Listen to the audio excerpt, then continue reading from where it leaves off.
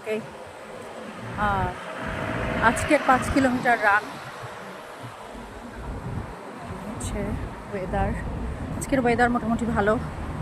প্রতিদিন 5 কিলোমিটার দৌড়াতে পারলে ভালো, যদি না হয় একদিন পর পর দৌড়ালে ভালো। অথবা যারা দৌড়াতে পারেন না তারা যদি হাঁটেন 40 মিনিট প্রতিদিন, সেটাও ভালো।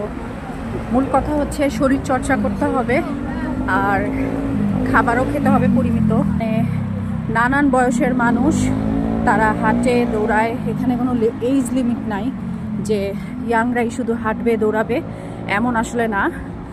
আমি অনেক বয়স্ক নারী এবং পুরুষ দেখেছি যারা দৌড়াচ্ছে এবং তারা স্বাস্থ্য সম্পর্কে অনেক সচেতন।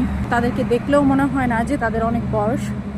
আর তারাও আসলে অনেক কাজের প্রেশারে থাকে, তারপরেও তারা সকালে বা বিকেলে, এমন না যে শুধু সকালবেলায় তারা দৌড়ায় বা ওয়ার্কআউট করে, তারা তাদের কাজের সময় অনুযায়ী কিন্তু ওয়ার্কআউট করে কিংবা দৌড়ায়। তো সব কিছু মিলিয়ে শরীরচর্চা, স্বাস্থ্যচর্চা রাখতে হবে। আর আজকে আমার 3য় দিনের রান ফর 5 কিলোমিটার।